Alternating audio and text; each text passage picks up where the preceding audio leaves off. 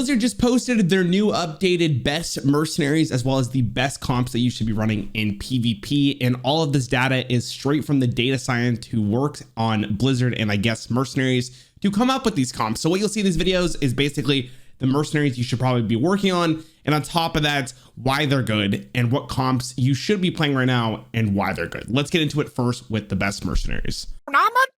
I want to mention for the best mercenaries, this is in the current metagame, not just in general. If you want a general one, I did another video on the channel that you can go watch, but this is for this specific metagame that is happening with a bunch of Karen and Diablo. Off at number one of the most interesting things you'll probably see today is Gruul being the best mercenaries currently in the current metagame of mercenaries. That was a really weird sentence. Why did I say it like that? Regardless, this is Gruul, and you're probably wondering to yourself, there's no way Gruul's number one. Well, Gruul has one thing that basically no other character currently has, and that is fire resistance due to his Dragon Skulls passive for task 7. Now, the main idea of Gruul right now is to counter the comps that are running Karen and Diablo, because if you're running Gruul and you see a Diablo, first and foremost, Diablo does fire damage, and because Fire Stomp procs multiple times, you're actually resisting quite a lot of damage because of the Gruul passive that, you know, he does provide your team.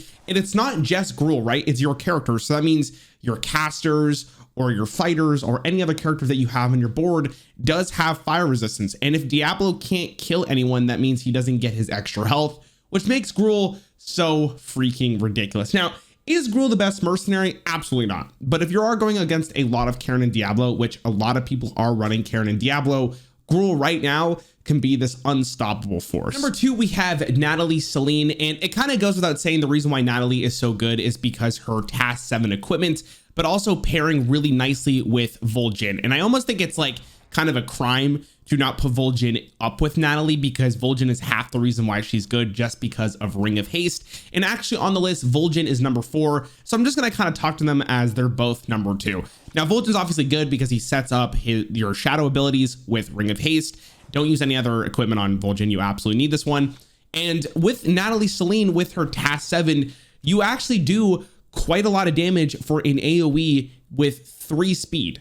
That's pretty nuts, and that makes her combination very good. And then she can switch to a healing role if needed. She's just a very versatile character that right now in the current metagame is fantastic. She can help with Samaro and proc him, because this will be 3 with Vol'jin, and you may have seen that comp quite a bit. And then of course, Shadow Beam can do quite a lot of damage, 16 damage if you have the Anthema, whatever you want to call it. I'm not good with words. I'm sorry, people always make fun of me. Shadow Beam can do 32 damage to a protector, which is quite a lot for a 4 speed ability, but that's even faster because of Vol'jin. Overall, Natalie and Vol'jin is a pretty good combo, but let's look at the other 2 in the top 5. Number 3, we have Jaina. Now, Jaina's obviously here because of the ice block fix. Making her ice block actually proc is a pretty good thing. If you did not know, there used to be a bug where if she got critically striked from a fighter, this would actually not proc and she would just die. So she was kind of weak. They fixed it, and Jaina became such a good character because Ice Flow is a scaling ability that works with all of her abilities, and it works really well with Varden. But on top of this, you have to focus her, and if you can't kill her turn 1, that means she's guaranteed to live a completely other turn and get another ability off. And then the following turn, you have to use another ability to just kill her off, which means she's scaled virtually 3 times. And with Varden, that could be an astronomical amount of damage because of the 3 damage or 3 characters they hit every single turn. Jaina is obviously really strong. She's one of the best starting mercenaries in the game because she can't get focused by Samaro. I could definitely see why she's number 3. Obviously, we know who number 4 is, so let's go look at number 5. Ragnaros is at number 5, and Ragnaros is basically here for 2 different reasons. Number 1, very good at killing Diablo because Meteor, when he comes off the bench, is ready, and it does 50 damage, and it does even more if you're running the Blazing Rune equipment, which ends up doing 28 times 2, which is 56 to a Diablo, which most of the time can be one-shottable with another ability. But also Sulfurous is very strong because Varden is very popular. When Varden dies with the equipment, they often freeze one of your characters, and Sulfurous makes it so your characters can't be frozen, and it just gives Rag 20 plus health, which might be the difference of getting another ability off. Both of these use cases are very strong for Rag, and this is the main reason why he's up here so high up. Now, Will this change quite a bit once the Karen bug fix is here for reincarnation? Yes. The rest of the best characters from Blizzard. A couple highlights here is interesting to see that Diablo is actually better than Karen, where Karen is more the support to Diablo's strength. Varden is just under Diablo. Anduin and Velen being up here is kind of interesting. I wonder if that had anything to do with the comp that I came up with Mukla that I recently showcased on the channel. Cookie the Cook, one of the new mercenaries, is actually really good. Top 18 doesn't seem like a pretty big deal, but when you're above a character like Malfurion or King Mukla, seems pretty sick. Baron Geddon is very interesting. I haven't actually seen a lot of Baron Geddon on PvP, so I'm curious to see if more people will start playing him. But yeah, that's the general list here. Very surprising to see. Blinkfox obviously being very good, Tavish still being very good. So let's go see what the best builds are currently from Blizzard. Currently, these are the best builds from Blizzard. Surprisingly enough, you may notice a common thing with all of these comps. Diablo and Karen are in literally every single one. Does that mean Karen and Diablo are broken? Apparently not. Grill's the best mercenary in the game, but that means their synergistic aspect of closing the game out is just too good to not run in your comp, which means Gruul is actually fantastic right now, and you should probably be leveling up Gruul. What are you even doing? But it's kind of interesting to see that Samaro is taking another really top spot in a lot of these comps. Samaro is really good with Shadow because Vol'jin can proc, well, Vol'jin and Natalie can both proc his double strike.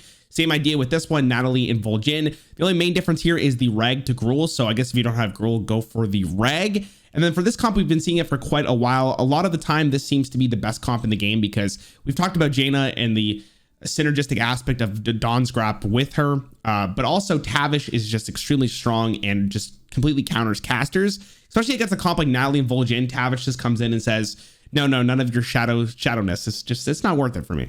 We have down here, we have Blinkfox, Samaro. Again, Natalie and Vol'jin seem to be very, very popular. The only difference between these comps or these ones are the Blinkfox up here. And then we have Anduin, Blinkfox, Karen, Diablo, Tavish, Varden. Very interesting. I wonder if this comp, you probably start off with Varden, Anduin, and Tavish. So I guess the Anduin is there for just extra healing, another threat, and Holy Nova can be quite annoying. And then this is actually my comp. This is the exact comp I was talking about a little bit earlier in this video and the one I showcased. My idea was to use King Mukla as some kind of protection, and then you use Velen and Anduin as just sustain. I will say this though, this comp hard loses to Natalie and Vol'jin because Vol'jin goes for the Mukla Big Brother, and then Natalie does her AoE, which would kill the Big Brother. And then because the AoE comes out before Smart's double strike and does damage to Anduin or Velen, one of them is virtually dying. So if you see a lot of this comp, would not recommend this, and this is kind of why I've stopped playing it. But I think it's very, very interesting to see that my comp is quite good. I would imagine for all of these, it's pretty standard. Samaro, you could probably use the mirror image equipment, but probably the double strike one is completely fine. With Rag, again, it completely depends on whether or not you want to one-shot Diablo or not. And Anduin for sure is the one that when something is restored health, he gets +5 health.